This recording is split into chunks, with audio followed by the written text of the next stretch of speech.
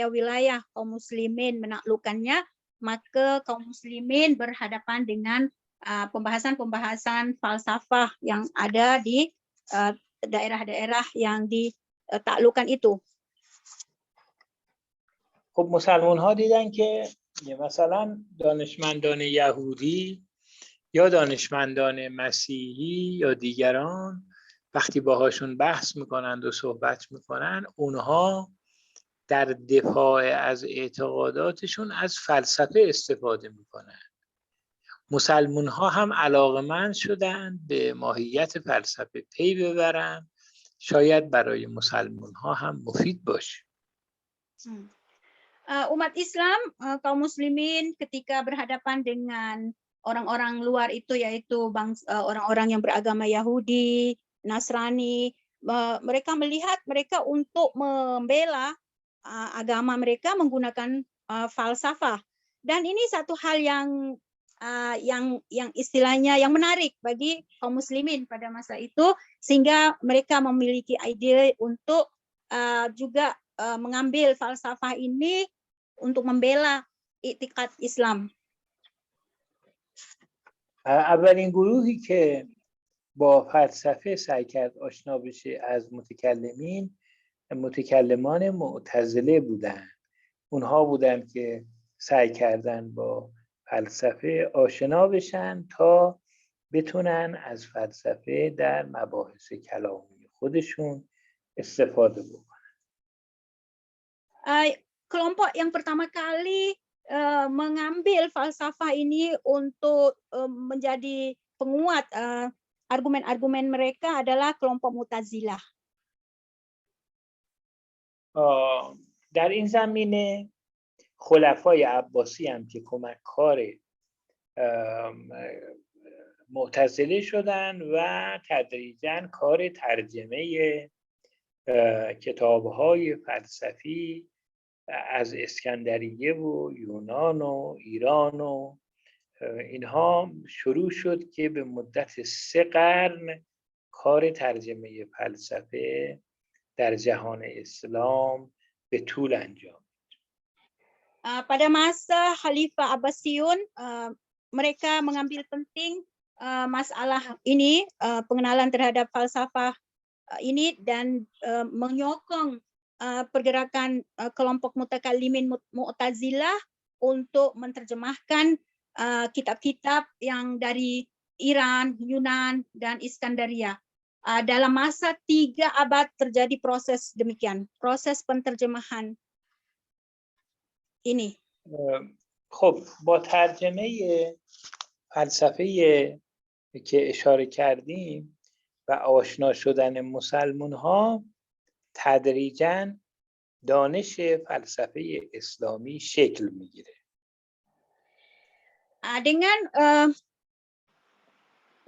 berjalannya proses penterjemahan kitab-kitab Yunan ini luar ini berkenaan dengan pengenalan terhadap falsafah, maka kaum muslimin mulai menggunakan ilmu ini untuk mengarah dalam kehidupan dunia Islam. کسانی مثل ابو اسحاق کندی، الفارابی و همینطور ابن سینا آغازگران و شروع کنندگان و بنیانگذاران فلسفه اسلامی هستند. Orang-orang seperti Abu Ishaq Kindi, Al-Farabi, Ibnu Sina adalah ini orang-orang yaitu tokoh-tokoh pertama pengasas ilmu falsafah dalam dunia Islam. اینها با درک فلسفه یونانی و تغییراتی که در او ایجاد کردند و طرح جدیدی که در فلسفه انداختند، سعی کردند فلسفه جدیدی رو عرضه بکنند، یعنی فلسفه اسلامی رو. Mereka ini, para tokoh-tokoh filsafat ini berusaha keras untuk mensinkronkan atau membina sebuah falsafah baru, yaitu yang disebut dengan falsafah Islam.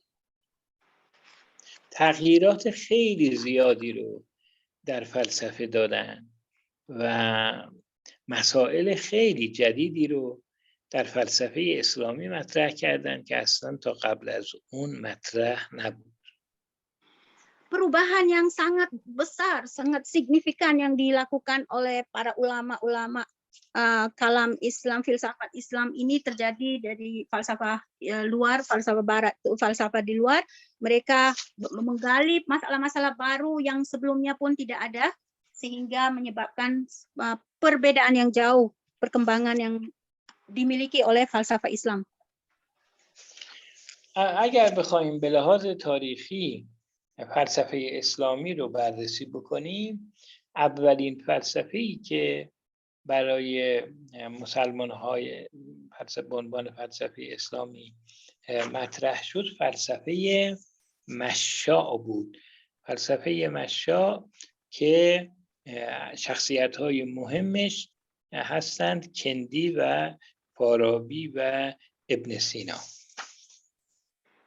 Agar kita berbicara secara sejarah daripada ilmu falsafah Islam, maka kita akan menjumpai falsafah Masya'i yang dipelopori oleh Ibnu Sina, Kindi, Farabi dan Ibnu Sina. خب خانم سکا شما خیلی خسته شدی. تشکر میکنم از شما. آقای حافظ الکاف در جلسمون حضور دارن. خب alhamdulillah. Masykur Ustadz, semua mifahami ya. Alhamdulillah. Terima kasih semua. سلامت بشید. خب آقای حافظ الکاف تا الان که بودید، الان شما رفتید مثل که بیرون ها؟ استاد حافظ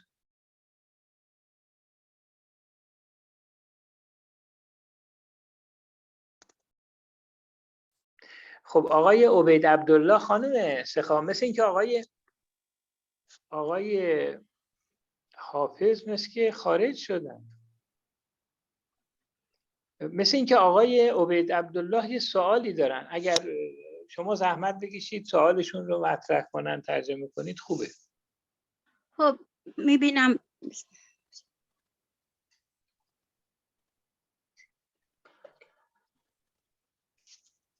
Nah, ke sini Ubed Abdillah این چیزی دیگه صحبت میکنه درباره رکوردینگ این برنامه. آها خیلی خوب. خب سوالا استاد ببخشید. بله سلام علیکم و رحمت. Waalaikumsalam. Ya Ustazah Seha, Alvan. Ya.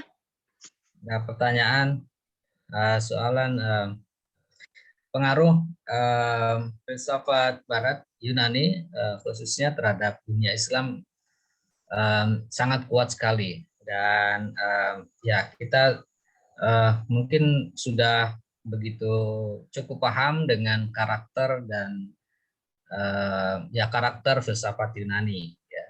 Nah, filsafat Persia ini mungkin juga spesifik, tapi mungkin yang membedakan ataupun apa karakter khusus dari filsafat Persia ataupun filsafat Iran, dan bagaimana pengaruhnya dengan terhadap filsafat Islam secara khusus ya. Artinya yang membedakan antara filsafat Persia sebelum Islam ya itu karakternya apa, dan pengaruhnya terhadap filsafat Islam dengan filsafat Yunani itu bagaimana? Demikian Saudara Seha. Baik, Ustadz soali az Goy Ubed مطرح شده. این ما میدونیم که تأثیر گذار فلسفه یونان بر جهان اسلام خیلی عمیق، خیلی زیاده که ما هم میشنویم این قبل از اسلام فلسفت های گوناگون هم داره که مثل فلسفت پرسیا. من میخواستم بپرسم این فلسفه ایران پرسیا چجوریه، چه شکلن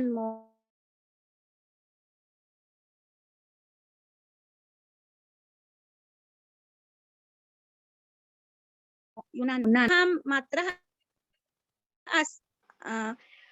چه ویژگی داره این فلسفه؟ تاثیرگذار بر فلسفه اسلامی چطوره؟ بله، این خب در فلسفه اشراق که مربوط به سهروردی هست، این اصول فلسفه مطرح بوده. Dalam falsafah Isyraq yang kita singgung tadi itu bermula daripada Suhrawardi, itu adalah pengaruh daripada falsafah Persia. به عنوان نمونه فلسفه قبل از ایران قبل از اسلام این گونه بوده که وقتی که میخواد بحث وجود و عدم رو مطرح کنه، برخلاف فلسفه یونان که بحث وجود و عدم رو مطرح میکنه، بحث نور و ظلمت رو مطرح میکنه. یعنی فلسفه قبل از اسلام ایرانی معتقد است که عالم تقسیم بر نور و ظلمت میشه و بر اساس این بحث‌های فلسفی خودش رو پی میگیره.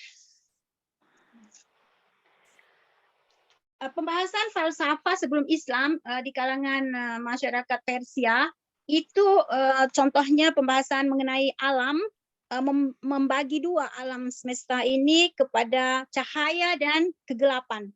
Nah, berangkat daripada ini mereka menerajuti mengikuti sebuah taklimat daripada Islam. Ada satu hubungan yang erat pembahasan ini. Jadi sebelum Islam pun orang Persia ini telah mengenali alam semesta ini dalam dua pembagian, yaitu alam cahaya dan alam kesesatan. مثلا در فلسفه اشراقی که متأثر از فلسفه قبل از اسلام ایرانیه، معتقد است که نور در عالم دارای درجاتیه. بالاترین مرتبه نور اختصاص به خداوند داره و درجه پایینترش مرتبه همون ارواح یا ملائکه و اینهاست که نور پایینتری داره. در عالم ماده این نور با ظلمت در واقع با هم ترکیب میشه.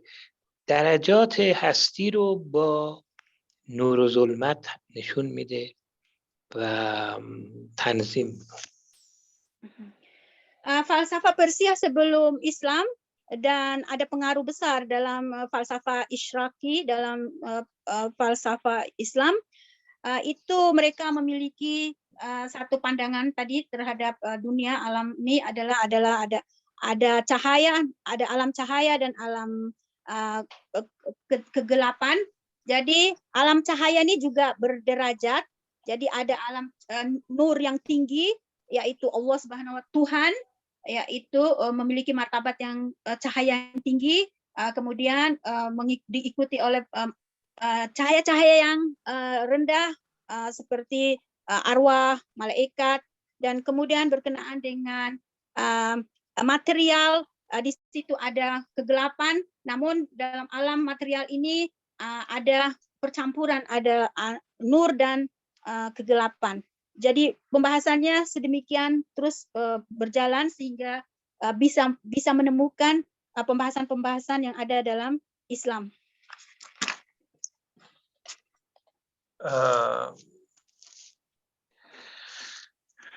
خب اگر دوستان در این زمینه تا اینجای بحث نکته‌ای ندارن، ما راجع به فلسفه مشاعی صحبتی داشته باشیم. Jika sampai sekarang, jika ada pertanyaan atau poin-poin yang ingin disampaikan dari kawan-kawan, dipersilakan. Sebelum saya akan membahas tentang soalan Al-Akhar, Ustaz. Bagaimana dengan penggunaan akal dalam filsafat Persia? Kalau dalam Yunani kan sangat berbasis kepada akal atau rationalism, ya. Kalau di Persia, bagaimana dengan penggunaan akal dalam filsafat Persia? Apakah dominan atau tidak terlalu atau kurang? Tadi lebih ke, saya menangkap yang tadi lebih ke penggunaan akal kurang tergambar, ya. Apakah dominan atau kurang dalam filsafat Persia sebelum Islam? Betul saja. Baik, soalnya دیگه دارم این درباره استفاده عقل در فلسفه پرسیا قبل از اسلام اون من میبینم که کم رنگه که ما نسبت به فلسفه یونان که خیلی مباحث عقلی مطرح است. چجوری این اوکالایی فلسفه پرسیا قبل از اسلام میتونیم ما بفهمیم یعنی زیاد استفاده شه atau کم یا چیه؟ دو تا نکته اینجا وجود داره. یکی این که اصولاً در میان محققان فلسفه این اعتقاد بعضاً وجود داره که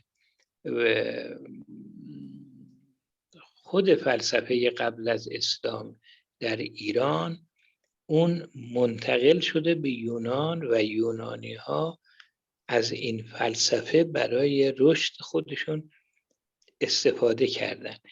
این یه نکته که در ضمن بحث گفتم مطرح بشه. حالا نکته دوم عرض میکنم. Satu poin yang perlu kita garis bawahi yang selama ini kita tidak kurang, sampai Pak Ubed juga melihat falsafah Yunani itu begitu semarak dibentangkan, ini pengaruh barat nih atas kepala-kepala kita. Padahal sebenarnya falsafah Persia yang memberi pengaruh kepada falsafah Yunan, sehingga kita melihat para filosof Yunan menggali falsafah Persia untuk improvekan, untuk mengembangkan falsafah mereka. خب نکته دومی که وجود داره در فلسفه قبل از اسلام ایران در واقع این هست که به حسب اون چه که تا الان فهمیده میشه که اینها فقط و فقط اندیشیدن و تفکر کردن به تنهایی رو موجب وصول به حقیقت نمیدونستن. عوامل دیگر مثل افاضه از ناحیه خداوند یا حالات معنوی و عرفانی رو هم در وصول به حقیقت مؤثر میدونستن. این ویژگی است که در شیخ سهروردی هم به عنوان روش وصول به حقیقت مطرح میشه. Poin yang kedua daripada falsafah Persia sebelum Islam, itu mereka sudah memahami bahwa perjalanan untuk menemukan hakikat itu tidak hanya dengan jalur akli, namun ada satu pemberian Tuhan juga berpengaruh di dalamnya. Demikian dibentangkan oleh falsafah Suhrawardi. Ustaz, man می‌خواستم بپرسم در این پس این درباره اعتقاد به خدا در پرسیا قدیم، یعنی قبل از آمدن اسلام، اونها یعنی جا افتاده در این اعتقاد اونها تا اونها میتونه بله باور به خدا داشتن. بله باور به خدا داشتن. حتی این بحث هست که زرتشت پیغمبر خدا بوده. یعنی این احتمال در میان مفسرین و دانشمندان اسلامی مطرحه که زرتشت نبی الهی budi. Pertanyaan saya tadi berkenaan dengan nuktah yang kedua yang Ustadz mengatakan bahwa sebelum Islam orang-orang Persia itu telah mempercayai bahwa untuk mengenali hakikat itu juga diperlukan anugerah daripada Tuhan. Saya pun bertanya, kalau begitu sebelum Islam mereka ini sudah percaya kepada Tuhan. Ustadz pun mengatakan iya, sebelum Islam mereka sudah memiliki ajaran-ajaran ketuhanan. Bahkan Zartus itu adalah seorang nabi yang diutus di kalangan Persia. یه نکته دیگه ای که در مورد تاثیرگذاری فلسفه قبل از اسلام هست اینه. ملا صدرا یه نظریه‌ای داره به نام نظریه درجات وجود. میگه موجودات هر کدوم دارای درجه‌ای هستند. خداوند بالاترین درجه وجود داره، بعد میان پایین موجودات، همینطور تا به مادیات که پایین ترین درجه وجود دارن. این سخن ملا صدرا برگرفته شبیه همون سخن سهروردی در نور و ظلمته که او هم خودش از در واقع ایران قبل از اسلام گرفته. یعنی تأثیرات فلسفی ایران قبل از اسلام به هر حال تا حد قابل توجهی در میان فیلسوفان اسلامی بعدی ظهور و بروز داشته. Contoh lain, poin yang berkenaan dengan pengaruh falsafah sebelum Islam di Persia, pengaruh falsafah Persia terhadap Islam, itu seperti yang ditulis oleh Mula Sadra dalam pembahasan beliau, temanya berkenaan dengan bahwa wujud itu memiliki derajat. Nah, berangkat daripada pembahasan Suhrawardi dalam falsafahnya yang berkenaan dengan alam nur dan zulmat, alam cahaya dan alam kegelapan. Di sana juga dibahas tentang martabat-martabat cahaya dan kegelapan. Martabat-martabat alam nih, dari alam yang dari martabat cahaya yang paling tinggi yaitu Allah Subhanahu wa taala sehingga menurun terus sampai ke material, dianggap sebagai alam material ini adalah alam yang paling rendah. خب Ya, میرسیم به مسئله فلسفه مشا. ما یک در واقع نوعی از فلسفه رو میبینیم که شروع فلسفه در جهان اسلام هست که بهش میگن فلسفه مشا. این فلسفه خودش رو منتسب به ارسطو میدونه که مبنای دسترسی به حقیقت رو و دسترسی به واقعیت رو صرفاً از طریق تفکر و استدلال میدونه. یعنی میگه ما تنها با تکیه بر تفکر و استدلال میتوانیم به واقعیت و حقیقت راه پیدا کنیم.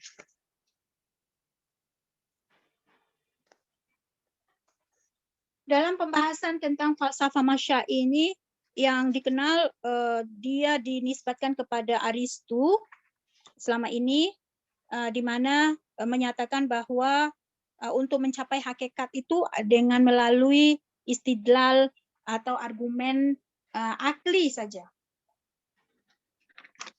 خب برجسته ترین متفکر این اندیشه ابن سینا و بعد از او کندی و فارابی. Setelah itu dikembangkan oleh tokoh Masyai ini, falsafah Masyai dalam Islam, yaitu Kindi, Farabi, dan Ibnu Sina.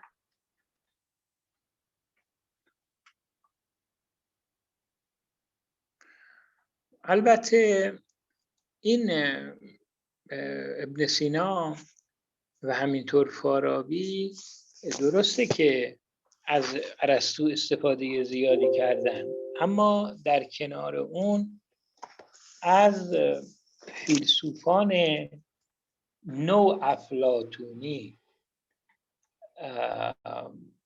که در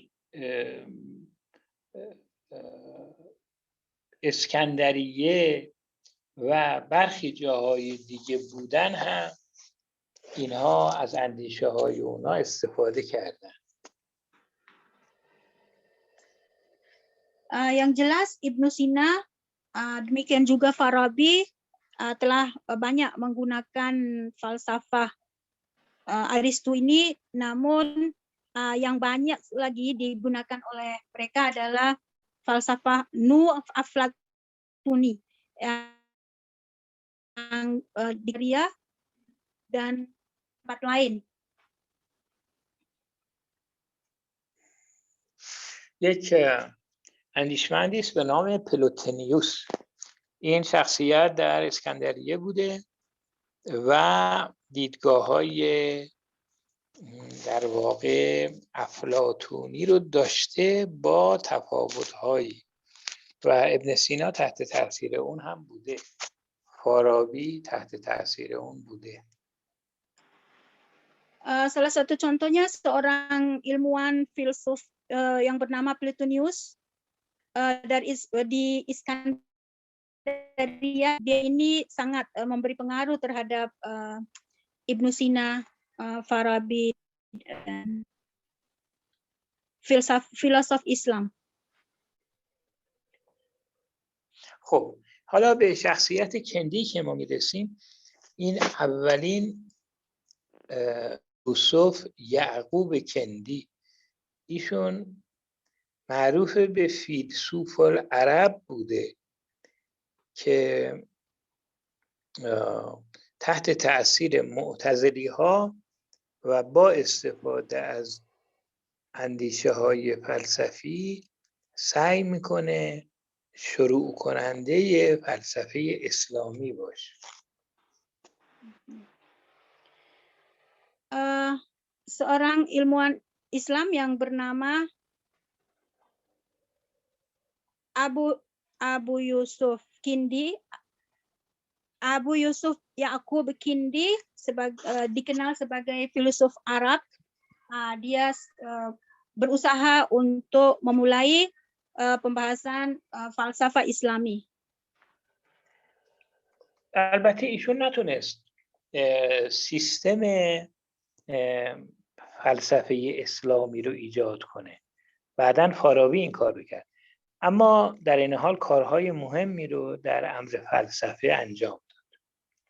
Namun Kindi tidak berhasil menyusun sistematis kaidah filsafat Islam. Namun ada juga pembahasan yang berharga dari dia, namun yang dilanjutkan oleh Farabi. Filsafat Islam berkembang.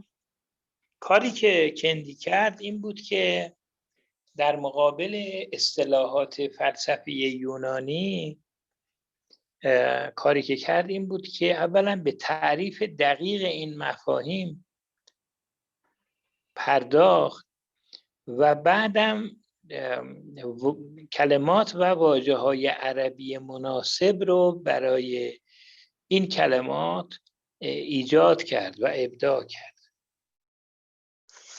Pekerjaan yang paling berharga yang dilakukan oleh Kindi adalah istilah-istilah Yunan itu di-create oleh dia, dibuat oleh dia menjadi istilah-istilah yang disebut dalam bahasa Arab, dan dia memberikan definisi yang jelas terhadap istilah-istilah tersebut dan terhadap keilmuan falsafah dalam dunia Islam.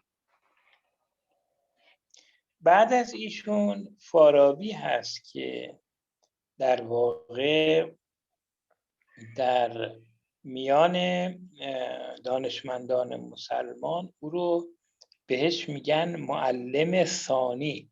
معلم اول ارسطو بود و ایشونو میگن معلم ثانی. Orang kedua yang berpengaruh dalam falsafah Islam adalah yang bernama Farabi, yang dikenal juga dengan Mu'allim Tsani, mu'allim yang kedua, di mana mu'allim yang pertama adalah Aristoteles. ایشون معتقد بود که هم روش عقلی صحیحه و میتونه ما رو به حقیقت و واقعیت برسونه و هم روشی که روش وحیانیه که بر پیامبران نازل میشه او هم میتونه ما رو به حقیقت برسونه. Farabi mempunyai kepercayaan bahwa metode akli juga dapat mengantarkan kita kepada kebenaran, kepada hakikat, selain daripada metode wahyu yang didapatkan daripada utusan Allah Subhanahu wa taala.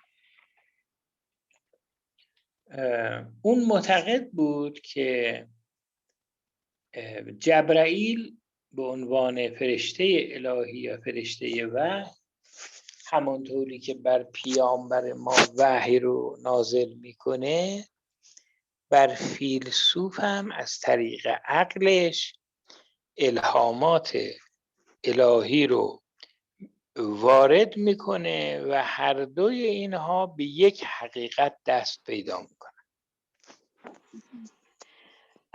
Farabi mempunyai kepercayaan bahwa Jibril itu mendapatkan wahyu dari Tuhan, kemudian menyampaikannya kepada Rasulullah. Itu bagi para filosof juga mempunyai potensi untuk mendapatkan wahyu semacam itu melalui penggunaan akalnya.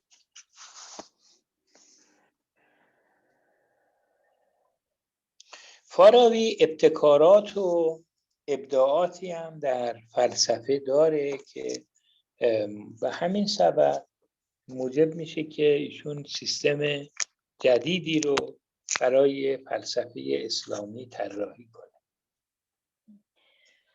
Farabi memiliki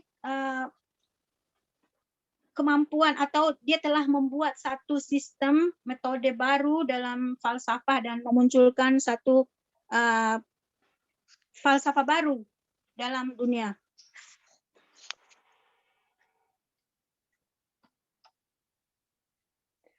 بعد از فارابی ما به ابن سینا میرسیم که خب در واقع کامل کننده کار فارابی و توسعه دهنده فلسفه اسلامیه.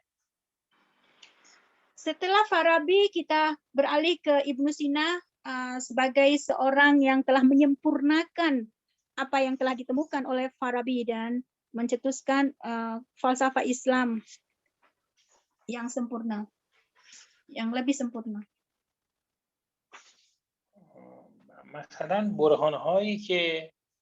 برهانی با وجوب و امکانی که ابن سینا در مورد اثبات وجود خدا بیان میکنه چیزیه که به هیچ وجه در کارهای یونانی ها وجود نداشته. Contohnya burhan atau istidlal wujud dan imkan yang ada dibentangkan oleh Ibnu Sina untuk menetapkan adanya wujud Tuhan itu tidak pernah dibentangkan di dalam falsafah Yunan.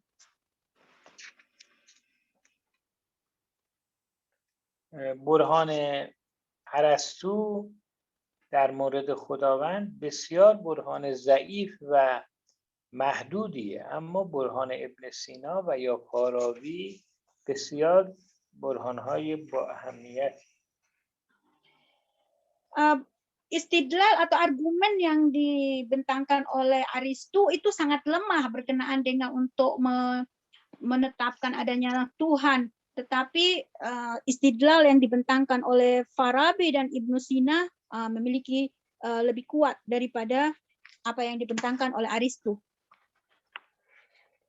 یه نظریه‌ای هم در واقع ابن سینا داره که عبارت از نظریه فیضه. نظریه فیض الهیه که البته در فارابی هم بود. این نظریه هم نظریه است که در ارسطو وجود نداشته و ابن سینا با استفاده از افلاطون این نظریه رو در wujud مطرح کرد. Salah satu teori yang dibentangkan oleh Ibnu Sina yang disebut dengan faid ilahi atau hikmah pemberian ilahi yang juga dibentangkan oleh Farabi itu tidak ada dalam filsafat Aristu. Ini Ibnu Sina mendapatkannya dari filsafat Aflatun. نه فلسفه افلاطون نه، افلوطین. افلوطین که در اسکندریه بوده. Aflutinius tuh, Aflutinius. بله بله. Saya betulkan bukan dari Aflatun tapi dari New Aflatun, yaitu Aflatunius yang ada di Iskandaria. بحث‌های وجود و ماهیت و سایر مواردی که ابن سینا مطرح میکنه همگی مباحث جدید و نوعی است که در فلسفه اسلامی مطرح شده. Pembahasan-pembahasan tentang masalah wujud itu merupakan pembahasan-pembahasan baru yang dibentangkan dalam falsafah Islam.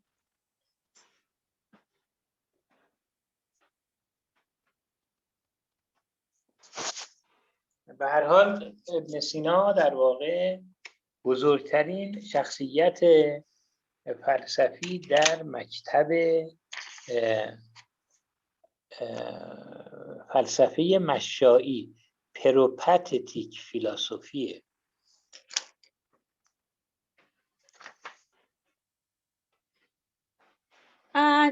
Ibnu Sina dianggap sebagai seorang filsuf besar dalam aliran Masya'i atau perpetiti filosofis.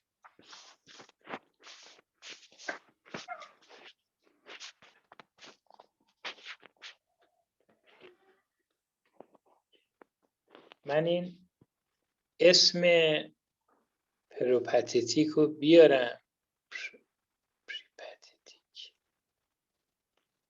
Maknanya Masya'i دیگه درسته؟ مشائی. آره میخوام بنویسم که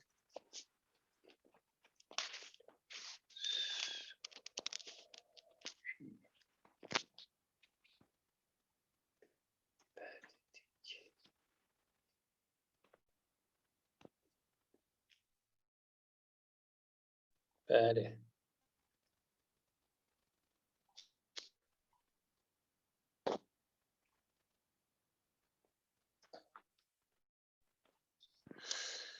یا الله.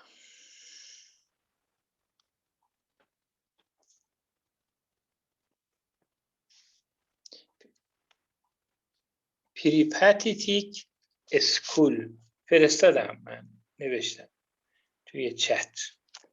خیلی خوب. ما بعد از ابن سینا با شخصیت غزالی مواجه هستیم. شخصیت غزالی که با تکیه بر مذهب اشاعره بر علیه فلسفه و به طور خاص ابن سینا انتقادات شدیدی رو مطرح کرد.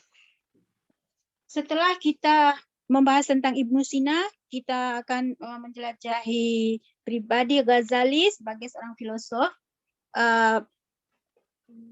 Ini beliau sangat tendensi pada mazhab Asy'ariyah, bahkan dia telah menentang falsafah dan Ibnu Sina. ایشون ابتدا اومد خلاصه حرفهای فلاسفه رو در یک کتابی به نام مقاصد الفلاسفه خلاصه کرد.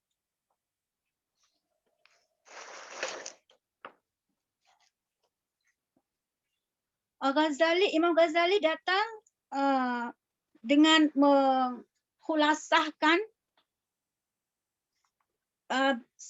pembicaraan falsafah itu dalam satu buku, Maqasidul Falasifah. بعد در کتاب دیگرش به نام تهافت الفلاسفه سعی کرد که اون دیدگاه‌های فلاسفه که فکر می‌کرد با اسلام مخالفه، اونها رو مورد انتقاد قرار بده. Pada buku berikutnya, Imam Ghazali, yaitu yang berjudul Tahafutul Falasifah, berusaha untuk membentangkan bahwa falsafah itu bertentangan dengan Islam.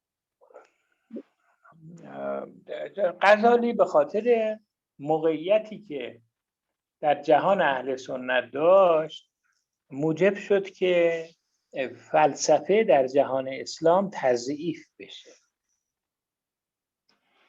Dengan memperhatikan bahwa Ghazali ini sangat berpengaruh dalam dunia ahli sunnah dan menampakkan melemahkan filsafat. در اشکالاتی که بر فلاسفه اسلامی کرد، در سه تا از اشکالاتی که بر فلاسفه اسلامی کرد اونها رو تکفیر کرد و گفت اینها به سبب این اعتقادات کافر شدن. Dalam kritikan Imam Ghazali terhadap filsafat itu ada 3 yang menyebabkan mereka akan keluar daripada Islam. پس معلوم میشه که بحث تکفیر کردن دیگران از زمان ابن تیمیه و اینها شروع نشده، بلکه خیلی قبل تر از او غزالی نیز به تکفیر برخی از اعتقادات پرداخته بود.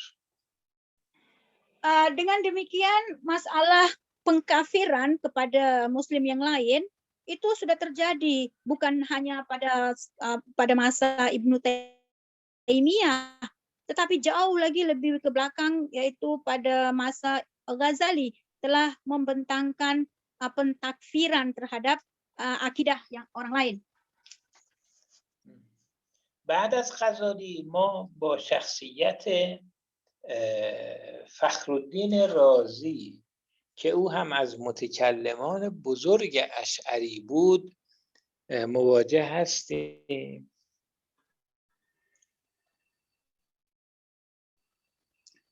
Setelah Ghazali kita akan berjumpa dengan seorang filosof yang bernama Fakhruddin Razi. Ya, beliau juga adalah daripada Asy'ariyun.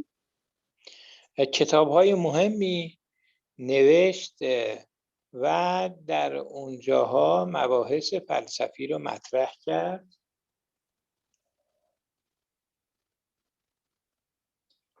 Dia telah menulis beberapa kitab yang penting dan di sana telah membentangkan pembahasan-pembahasan berkaitan dengan falsafah. در خیلی از مواردم به دیدگاه‌های فلاسفه و به طور خاص ابن سینا اشکال کرد و انتقاد وارد کرد. Dan juga beberapa masalah juga dia telah memasukkan kritikan terhadap falsafah dan khususnya kepada Ibnu Sina. از نظر فکری فخرالدین رازی به نسبت قوی‌تر از امام غزالی بود در زمینه مباحث فلسفی. Dari segi pemikiran, Fakhrul Razi lebih kuat daripada Ghazali dalam pembahasan-pembahasan filsafat.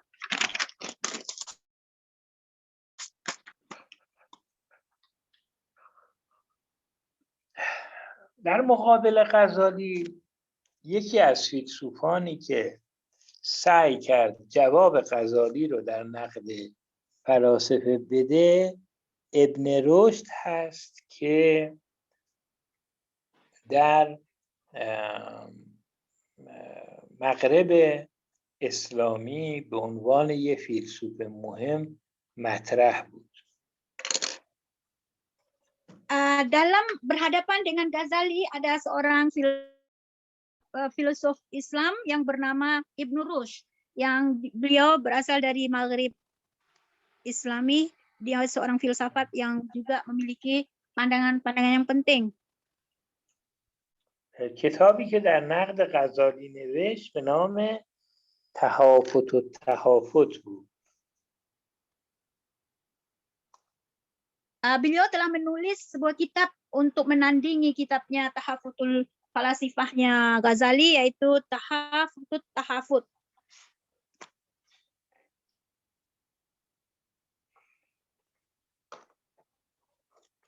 مستشرقها و همینطور تعدادی از فیلسوفان و مورخان گمان کردند که با فلسفه ابن رشد دیگر فلسفه اسلامی پایان یافت و ما بعد از ابن رشد فیلسوف مهم دیگری در جهان اسلام نداریم. Para mustasyrikin atau para peneliti ilmu orientalis, para orientalis dan para ahli sejarah dan bahkan para filsuf Barat menganggap bahwa dengan datangnya Ibn Rushd maka berakhirlah pembahasan falsafah dalam dunia Islam. در حالی که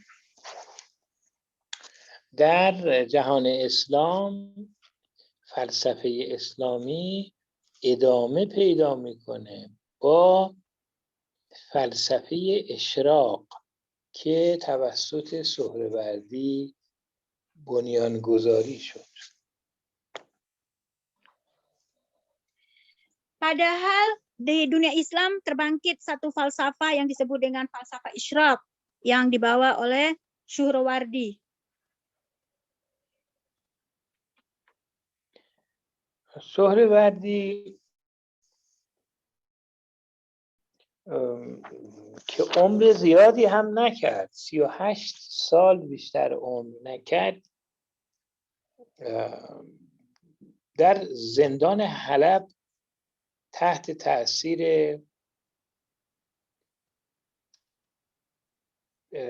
صلاح الدین ایوبی به زندان افتاد و در 38 سالگی از دنیا رفت و معلوم نشد که علت مرگش چه بوده. مرموز بود این مرگ او. Suhrawardi tidak panjang umurnya, sekitar 38 tahun beliau memiliki umurnya, dan beliau pernah dimasukkan dalam penjara pada masa Salahuddin Al-Ayyubi dan tidak diketahui kematiannya apa sebabnya. بعضی‌ها معتقدند که به هر حال همون صلاح الدین ایوبی بالاخره موجب کشته شدن سهروردی شد. Sebagian orang menyangka bahwa atau percaya bahwa Salahuddin Al-Ayyubi yang membunuh beliau. فلسفه‌ای که او بنیانگذاری کرد فلسفه اشراقه. اشراق کما اینکه در آیه قرآن هم هست و اشرقت الارض به نور ربها، به معنای نور پراکندن و به قول انگلیسی ایلومینیشن، بله، نور پراکنی و نور افکندن. فلسفه اشراق به این معنی. Falsafah yang dimulai oleh Suhrawardi ini adalah disebut dengan isyraq, yang ada sebutannya di dalam ayat Al-Quran, yaitu wa asyraqatil ardu binuri rabbih, yang dalam bahasa Inggris dikenali dengan illumination atau pancaran cahaya. این فلسفه اساسش اینه که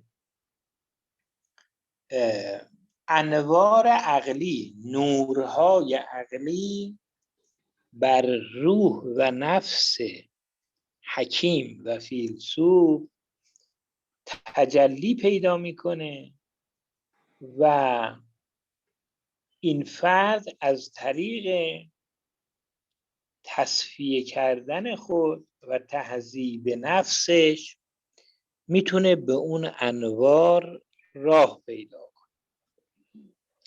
Yang dimaksud dengan falsafah isyraq ini memiliki asas yaitu di mana cahaya akal itu memiliki pengaruh dalam jiwa manusia yang diperoleh daripada pembersihan diri, tazkiyatun nafs, itu menyebabkan ruh manusia, akal manusia memiliki cahaya yang memancar untuk mendapatkan hakikat-hakikat. البته استدلال و برهان هم در این مسیر نقش مهمی دارد. Yang jelas bahwa argumen juga memiliki peran yang penting dalam hal ini. ایشون در مقدمه کتابش، کتاب حکمت الاشراقش، یه توضیحی میده که این توضیح برای فهمیدن روشش کمک میکنه. Beliau dalam pembukaan mukadimah bukunya yaitu Hikmatul Isyraq itu memberikan penjelasan yang dapat membantu kita untuk memahami teori falsafah isyraq ini. در مقدمه کتابش میگه که این مطالب این کتاب از راه فکر و اندیشه و استدلال برای من به دست نیامده. Dalam mukadimah penulisan buku itu tertulis bahwa saya tidak mendapatkan isi buku ini, saya tidak mendapatkannya dari pemikiran, tajamnya berpikir. بلکه از راه دیگری اینو به دست آوردم که منظورش همون از راه تهذیب و تزکیه نفسه. میگه این مطالب رو از راه دیگری به دست آوردم و بعدش سعی کردم اونها رو براش دلیل و برهان بیارم. Tetapi aku menemukan matlab-matlab yang atau pembahasan yang aku bentangkan di dalam buku ini aku dapatkan daripada hasil pembersihan diri, tazkiyatun nafs, tahdzibun nafs. Namun juga aku menggunakan setelah itu argumen-argumen akli. پس روش فلسفه اشراق یک روش ترکیبی عرفانی و استدلالیه.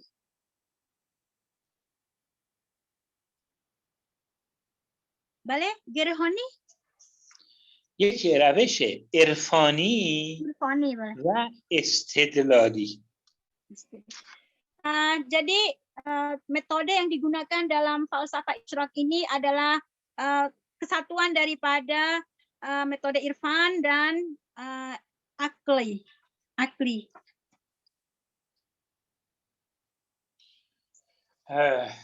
اگر بخواهیم به منابع فلسفه اشراق اشاره بکنیم، میشه گفت که فلسفه اشراق از چند منبع بهره منده و استفاده کرد. Agar kita ingin membicarakan tentang sumber-sumber falsafah isyraq ini, maka kita akan membahasnya dengan beberapa sumber ini. یکی از منابعی که استفاده کرده همون فلسفه ایران قبل از اسلام. Salah satu sumbernya adalah yaitu falsafah Iran sebelum Islam. دوم فلسفه یونان هست که ایشون استفاده کرد. Yang kedua adalah falsafah Yunan yang digunakan dalam falsafah isyraq ini. مثلا از افلاطون، فیثاغورس و دیگران خودش به بزرگی اسم میبره و یاد. Seperti dari Aflatun dan Pythagoras yang disebutkannya secara istilahnya dibanggakan.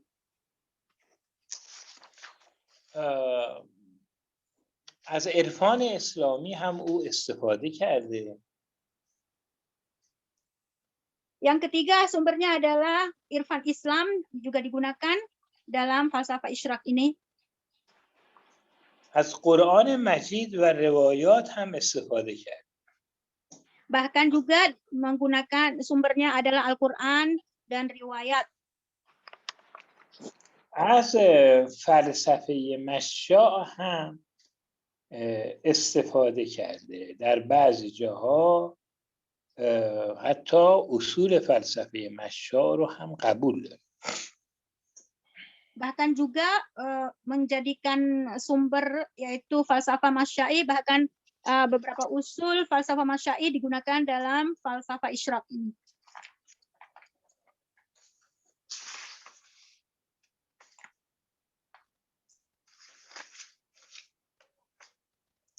بله، مثلا یکی از، حالا این که تموم شد، به برخی از دیدگاه‌های او اگر بخوایم اشاره کنیم، همون یکی بحث نور و ظلمته که ایشون به همون توضیحی که گفتم موجودات عالم رو به صورت نور و ظلمت درجه بندی میکنه و هستی رو بر اساس نور به صورت درجه بندی شده تفسیر میکنه. Contohnya dalam pembahasan mengenai alam wujud ini dalam filsafat isyraq juga memberi penjelasan bahwa wujud-wujud ini yaitu terklarifikasi dalam cahaya dan kegelapan.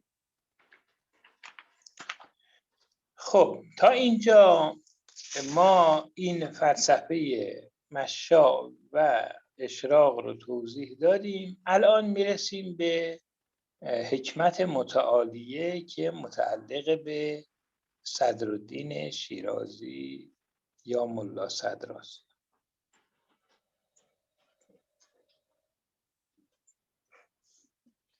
Hingga sekarang kita telah membahas falsafah masya'i, kemudian isyraq, dan sekarang kita sampai pada hikmatul muta'aliyah yang didasari oleh Sadruddin Shirazi atau dikenal dengan falsafah Mula Sadra. اگه تا اینجا کسی نکته سوالی داره من بفرمایید که من در خدمت هستم. Jika hingga sampai di sini ada yang ingin menyampaikan nukta, poin-poin atau pertanyaan, dipersilakan.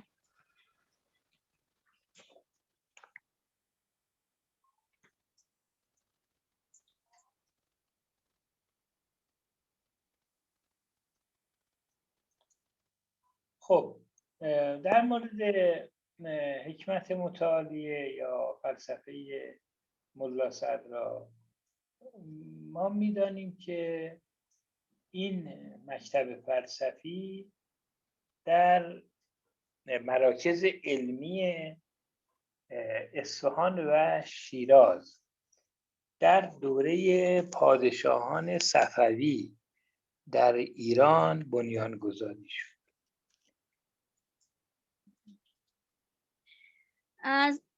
Agar kita dapat mengetahui bahwa pusat daripada perkembangan falsafah hikmatul muta'aliyah Mula Sadra ini adalah di pusat pendidikan di Isfahan dan Shiraz yang terjadi pada masa kerajaan Safawi di Iran.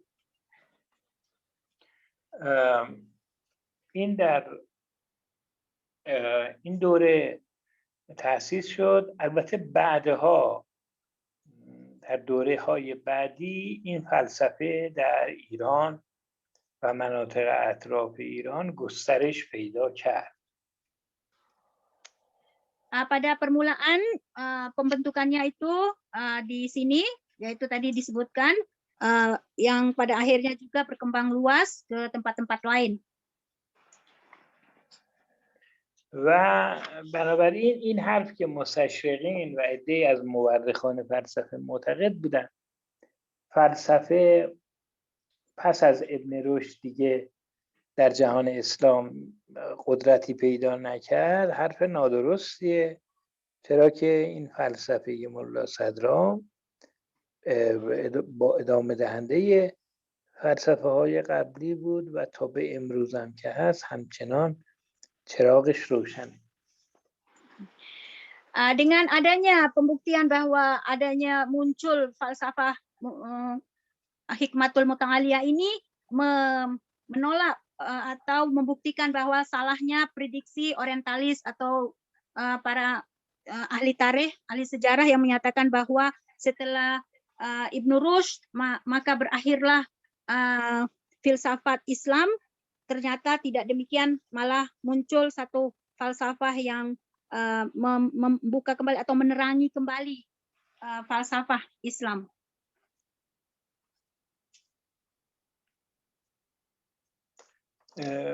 ملا صدرا در واقع یک نظام فلسفی جامع رو ایجاد کرد که همه عناصر مثبت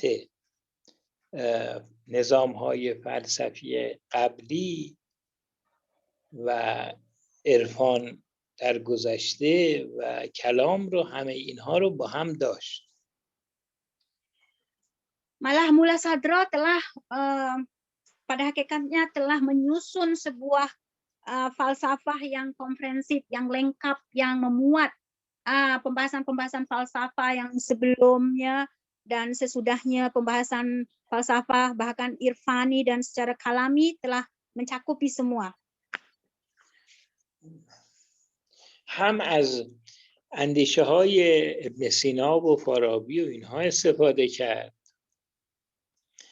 و هم از اندیشه های حتی غزالی استفاده کرد و هم از اندیشه های عرفانی. Bahkan beliau telah menggunakan dalam pembahasan falsafahnya berkenaan dengan pandangan-pandangan Farabi, Ibnu Sina, bahkan sampai Ghazali juga secara irfani.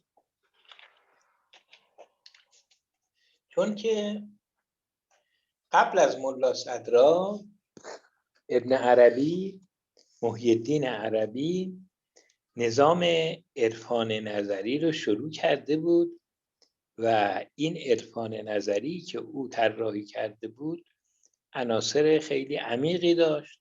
ملا صدرا از او هم استفاده کرد.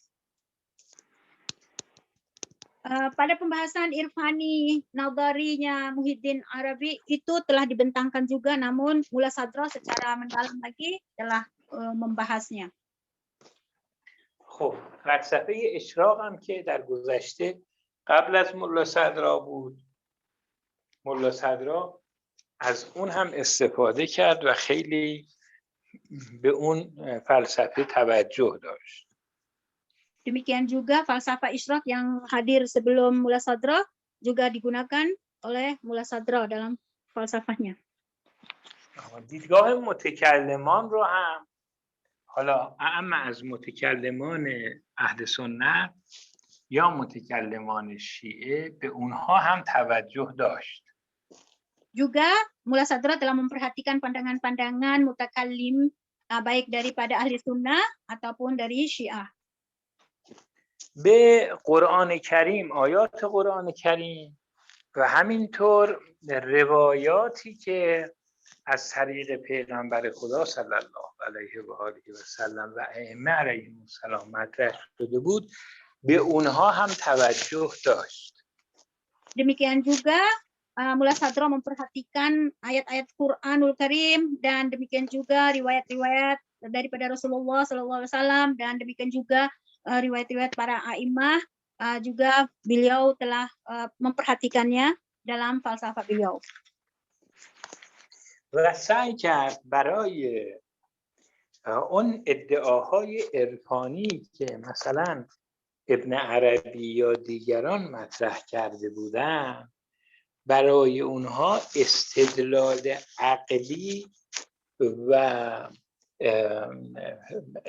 عقلی براش طراحی بکنه، چرا که معتقد بود عرفان با برهان تعارض نداره. Demikian juga beliau telah membentangkan klaim-klaim irfan yang dibuat oleh Ibnu Arabi, itu beliau telah membentangkannya dalam bentuk argumen akli, karena beliau mempercayai bahwa irfan tidak bertentangan dengan argumen akli. مثلا قبل از ملا صدرا کسانی مثل ابن عربی وقتی یک امر عرفانی رو توضیح میدادن میگفتن این با عقل قابل اثبات نیست، اما ملا صدرا هنرش این بود که اینها رو با عقل میتونست تثبیت بکنه. Contohnya pembahasan irfan yang dibentangkan oleh Ibnu Arabi, yang mereka mempercayai bahwa pembahasan irfani ini tidak dapat dikemukakan dalam bentuk istidlal akli, namun Mula Sadroh dengan kelihayannya, dengan profesionalitinya, Mula Sadroh mampu membentangkan masalah-masalah irfani dalam bentuk istidlal akli. ملا صدرا مثل سهروردی معتقد بود که برای رسیدن به حقایق به جز استدلال و اینها حتما تهذیب نفس و طهارت نفس هم باید وجود داشته باشه. Mula Sadroh sebagaimana yang dipercaya oleh Suhrawardi juga bahwa mempercayai bahwa kebenaran atau hakikat itu tidak dapat disingkap hanya melalui akli, namun juga harus didapati dengan melalui pembersihan jiwa atau tazkiyatun nafas.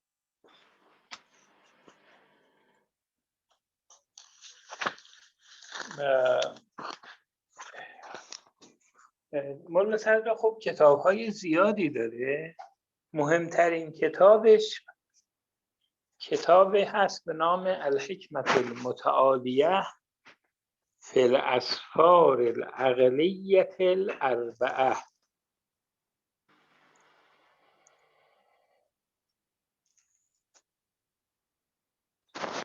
Mula Sadroh memiliki kitab-kitab yang banyak, dan yang terpenting di antaranya adalah yang berjudul Al-Hikmatul Muta'aliyah fil Asfaril Arba'ah. fil Asfaril Aqliyatil Arba'ah. Fil Asfaril Aqliyatil Arba'ah. یعنی ایشون معتقد است که خلاصه اگر انسان از طریق عقل میخواد به حقایق راه پیدا کنه، باید 4 سفر رو طی بکنه. Yaitu beliau memiliki kepercayaan bahwa manusia itu dapat diringkaskan untuk mencapai kebenaran hakiki, yaitu harus melalui perjalanan yang 4. Melalui 4 perjalanan. آره، همونطوری که یک عارف اگر بخواهد از طریق عرفان به حق نائل بشه، بخواد به حق نائل بشه و به کمال برسه، باید 4 سفر عرفانی داشته باشه. در مباحث عقلی هم فیلسوف باید 4 سفر عقلی داشته باشه.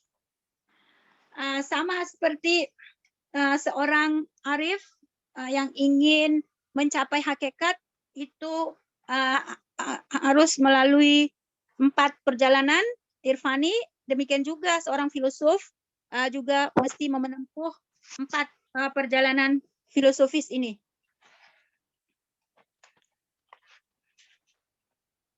و لذا کتابی رو که اسم بردیم و مباحث فلسفی خودش رو در این کتاب بر اساس این 4 سفر عقلی تنظیم میکنه. Oleh karena itu, kitab yang telah kita sebutkan tadi judulnya itu berkenaan dengan pembahasan seorang filosof yang ingin mencapai hakikat, hendaknya memperjalankan dirinya dalam 4 perjalanan akli ini. اسم سفر اولش این هست: سفر الخلق الی الحق، سفر موجودات مخلوق به سوی خداوند. Safar pertama yaitu perjalanan pertama yang hendaknya dijalani oleh seorang manusia untuk mencapai hakikat itu adalah safar daripada hal kepada pencipta, pada Khalik. سفر دوم السفر بالحق فی الحق. السفر یعنی انسان در خود خداوند به اوصاف خداوند میپردازه، به صفاتی که خداوند داره و در واقع در فلسفه مورد بررسی قرار میده. Perjalanan yang kedua adalah perjalanan bersama hak di dalam hak. خب توضیح ندادید اینکه به اوصاف خدا انسان میپردازه یکایک. آره، یکایک وصف‌ها و صفات خدا رو مورد بررسی قرار میده. Yaitu di mana sifat-sifat Allah Subhanahu wa taala menjadi pembahasannya. سفر سوم من الحق الی الخلق، خداوند به سوی خلق برمیگرده. Perjalanan yang kedua yaitu setelah mencapai al-haq, yaitu Allah Subhanahu wa taala, maka seorang hamba Allah itu akan kembali kepada makhluk, kepada khalq. خب وقتی که از اون عالم از حق به طرف خلق میخواد برگرده، طبعا عالم‌های مختلفی که از اون بالا هست تا پایین مورد بررسی قرار میده. Pastinya seorang yang telah memiliki kebenaran dan untuk membentangkan kebenaran kepada makhluk lain, dia akan menemui berbagai-bagai permasalahan di alam itu. و در سفر چهارم السفر بالحق فی الخلق، که در مورد وقتی که به خلق میپردازه در مورد مثلا علم النفس و روانشناسی، اینا یه فلسفی راجع به اینا صحبت. ببخشید اون سفر چهارم چی بود؟ سفر چهارم عبارت از بالحق فی الخلق، من الحق الی الخلق، من الحق الی الخلق بالحق، از خداوند به بله من الحق الی الخلق بالحق، سفر چهارم بالحق فی الخلق. بله اون من الحق که سوم بود. بالحق فی الخلق یعنی با کمک خدا در مباحث مربوط به خلق و بررسی اونا میپردازه. Kemudian safar yang keempat atau perjalanan yang keempat dengan kebenaran untuk pergi kepada pembahasan-pembahasan berkenaan manusia, yaitu seseorang mentazkiyatkan dirinya untuk membentangkan tentang permasalahan-masalahan Tuhan kepada manusia. مثلا در اینجا مثلا مباحث روانشناسی سایکولوژی منتها از منظر فلسفی رو مطرح میکنه. Dalam safar yang keempat ini terbentanglah pembahasan psikologik, yaitu pembahasan mengenai kerohanian manusia. بله. خب ملا صدرا دیدگاه‌های ابتکاری جدید هم در مواردی داره که نظام فلسفی جدید او رو شکل میده. Mula Sadra juga membentangkan permasalahan-permasalahan baru falsafah yang dibentangkannya dalam bentuk argumen akli. مثلا یکی بحث اصالت الوجود در مقابل اصالت الماهیه.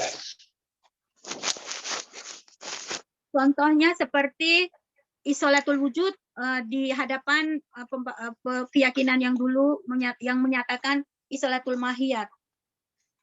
یکی بحث حرکت جوهریه در موجودات مادیه که ابتکار خود ملا صدراست. Ada penemuan Mula Sadra, yaitu satu pembahasan satu tema yang berkenaan dengan gerakan jauhar.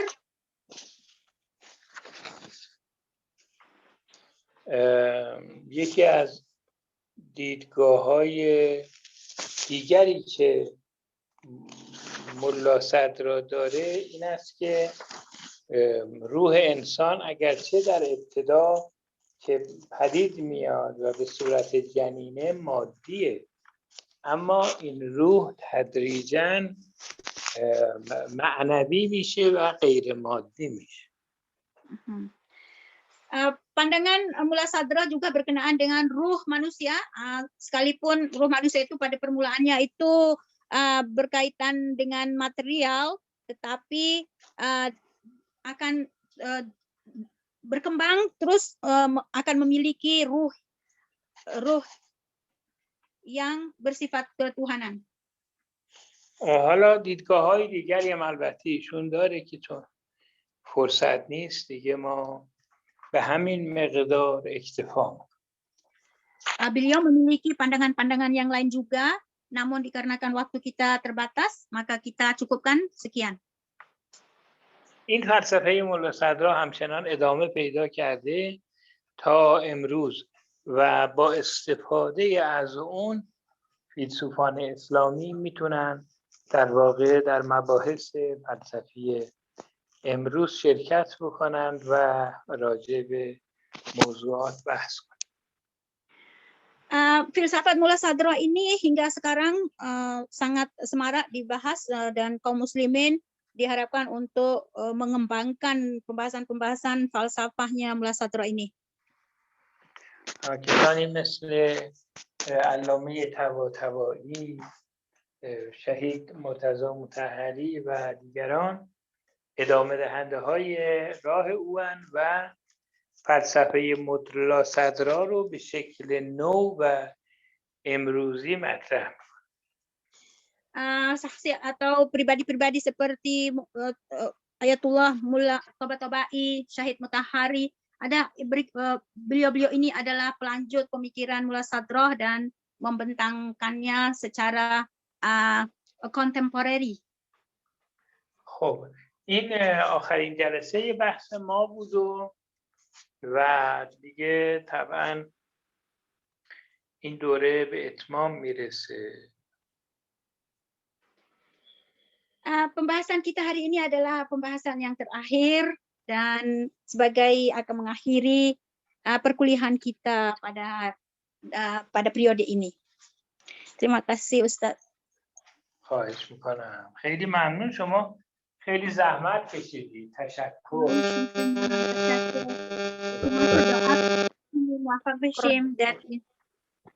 انشالله. اگر دوستان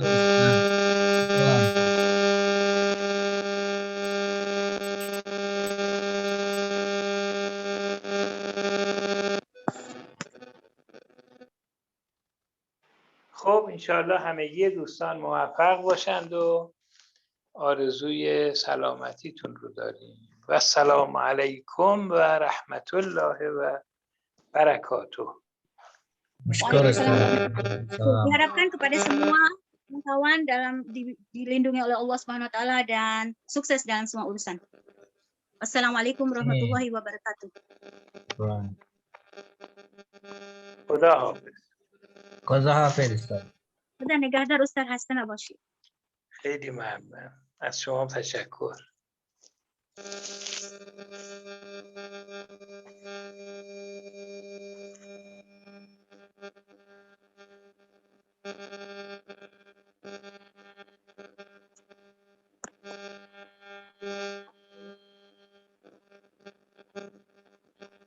Ini bagaimana ya, Pak Ustadz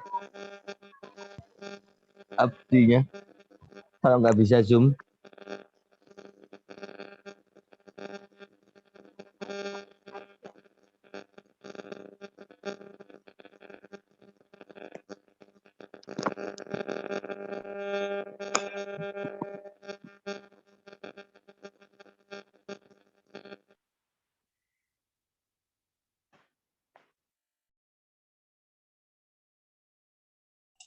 Ini yang rekod Ustaz Arif nih. Saya nggak jadi host lagi, ganti. Halo Ustaz Arif.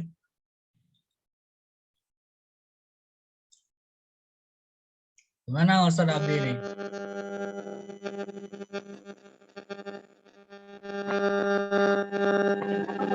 Coba tanya Mas Sarul, tanya ke Kak Dani.